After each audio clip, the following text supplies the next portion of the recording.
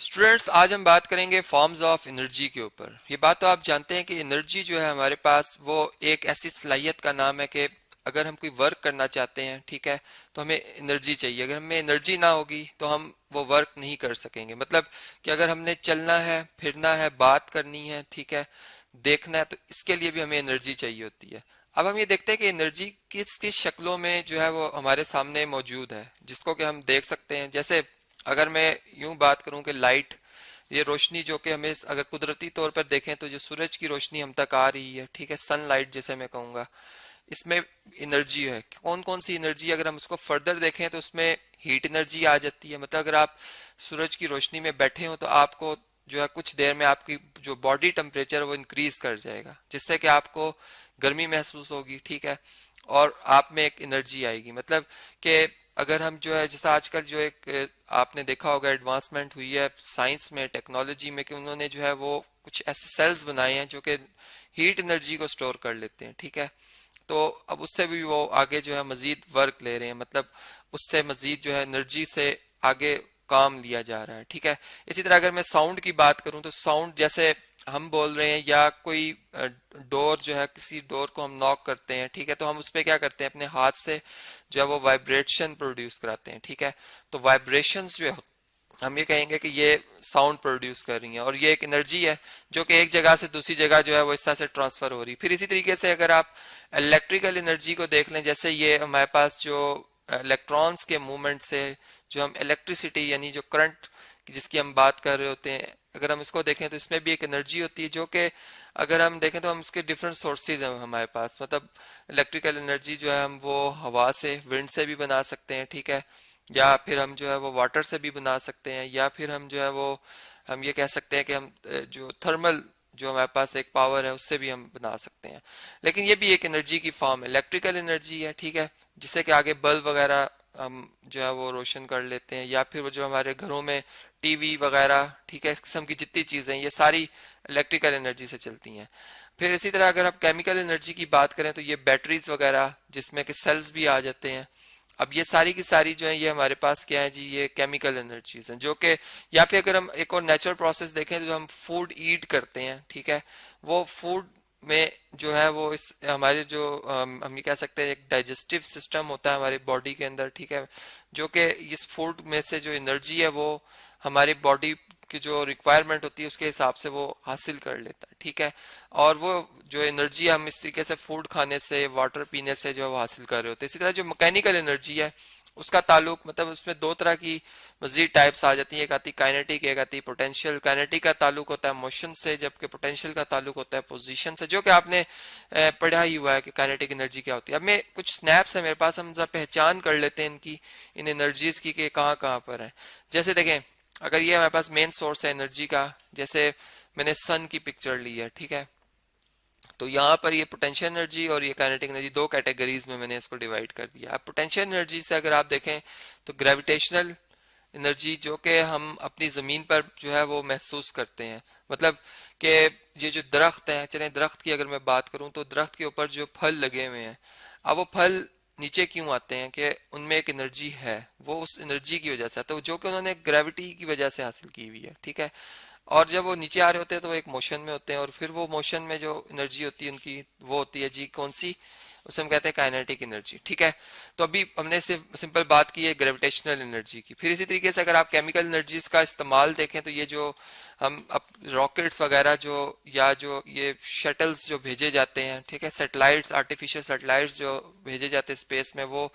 बहुत सी गैसेस को बर्न करके केमिकल रिएक्शन के बाद जो है वो हासिल की जाती है एनर्जी, और फिर ये बहुत ज़्यादा एनर्जी होती है जो कि फिर स्पेस तक जाने में और उससे मतलब आगे जो सफ़र तय करना है ये एनर्जी प्रोवाइड कर देती है। फिर इसी तरीके से अगर आप देखें तो इलास्टिक, जिसमें कि स्प्रिंग वगैरह में अगर आप देखें किसी भी ऐसी चीज़ जिसमें कि आप जो एनर्जी स्टोर करें उसे हम कहते हैं इलास्टिक एनर्जी। अब वो इलास्टिक एनर्जी जो है वो हमारी, मतलब हम स्प्रिंग से भी देख रहे होते हैं, या कुछ जो फोम वगैरह होते हैं, कुशंस वगैरह, उनमें भी होती है, ठीक है। अब ये, या फिर अगर हम वो जो रैकेट होता है एक, जो हमने जो बैडमिंटन वगैरह में देखा होगा, ठीक है, आप इसमें देखें तो वो रैकेट्स के जो है वो स्ट्रिंग बड़ी मतलब टाइट बांधे जाते हैं, और इस तरीके से जब बॉल से टकराती है तो वो इस एनर्जी से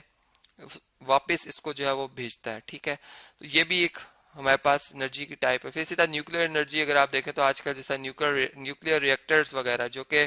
या अगर मैं इसको नेचुरली प्रोसेस करूं तो ये जो सूरज के ऊपर जो फिशन रिएक्शन और फ्यूजन रिएक्शंस हो रहे हैं, ये सारे के सारे जो है न्यूक्लियर रिएक्शंस है, जिसमें के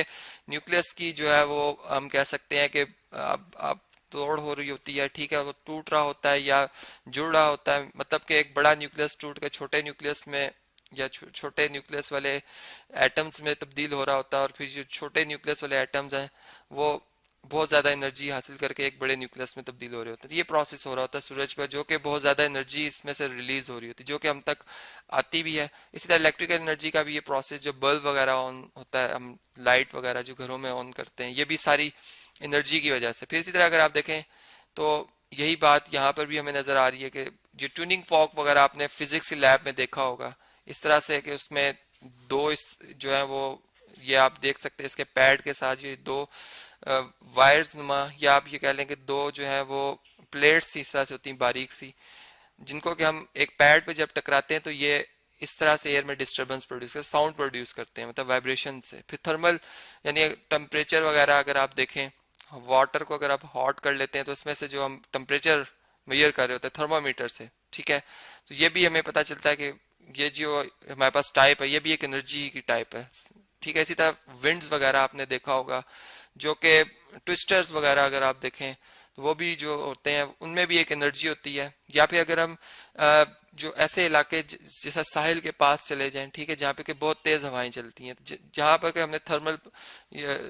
या हम यूं कह सकते हैं जहाँ पर करके हमने जो है वो विंड्स पावर स्टेशन जो है वो कायम किए हुए हैं कि वो हवा से जो है वो बड़े बड़े पंखे लगाए गए हैं, वो मूव करते हैं, ठीक है, मतलब हमने उस एनर्जी को भी यहाँ पर इस्तेमाल करें। फिर इसी तरह लाइट एनर्जी जो है अगर आप देखें तो हमें जो बज़ाहिर हमें सूरज की रोशनी नजर आती है वो वाइट नजर आती है, लेकिन वो बहुत सी लाइट्स उसके अंदर मौजूद होती हैं, कलर डिफरेंस होते हैं उसमें, उनमें डिफरेंट कलर्स होते हैं। और अगर हम एक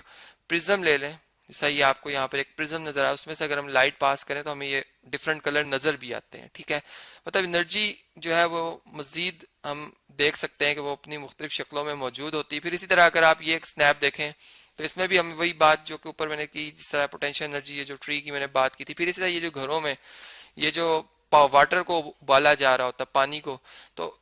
हम एक एनर्जी प्रोवाइड करते हैं। कहाँ से प्रोवाइड करते हैं? हम लकड़ियों को जलाते हैं। अब लकड़ियां कहाँ से किस तरह जलती हैं, लकड़ियों को जलाने का भी अगर प्रोसेस देखा जाए तो वो भी हम एक एनर्जी जो है वो उनमें पहले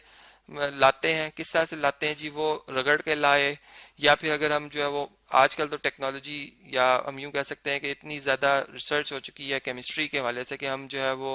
माचिस की मदद से जो है वो लकड़ियों को आग लगा देते हैं, ठीक है, उसको जलाकर माचिस से। और फिर इस तरीके से वो जो एक कन्वेक्शन का प्रोसेस चल रहा होता है या रेडिएशन का,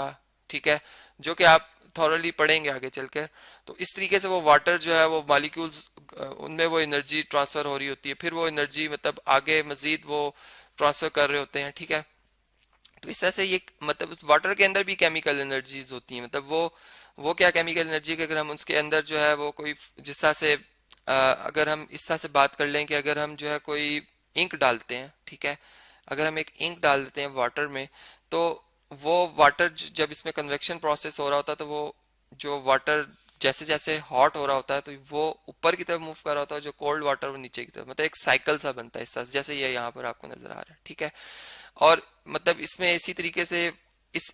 इससे भी हम मजीद जो है वो वर्क ले सकते हैं। मतलब अगर हमने जिस तरह से कोई चीज़ मिक्स करनी है वाटर में, तो हम क्या करते हैं कि हम थर्मल एनर्जी की मदद से वाटर के अंदर वो चीज़ जल्दी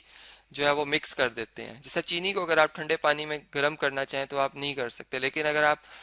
ठंडे पानी में अगर गर्म करना चाहें, मिक्स करना चाहें तो वो आप नहीं कर सकते, लेकिन अगर आप गर्म पानी में चीनी को मिक्स करते हैं तो वो जल्द जो है वो मिक्स हो जाती है। इसी वजह से कि इसमें केमिकल रिएक्शन जो प्रोसेस है वो हमारा तेज हो जाता है एनर्जी की वजह से, एनर्जी प्रोवाइड हम कर रहे होते हैं। तो इस तरह से हमने बातें देखी कि जो एनर्जी है वो किस तरह से हमारी आम लाइफ में एग्जिस्ट करती है डिफरेंट शक्लों में, और इसका असल जो पर्पस होता है वो यही होता है कि वो हमारे जो वर्क करने की सलाहियत है उसको बढ़ाए।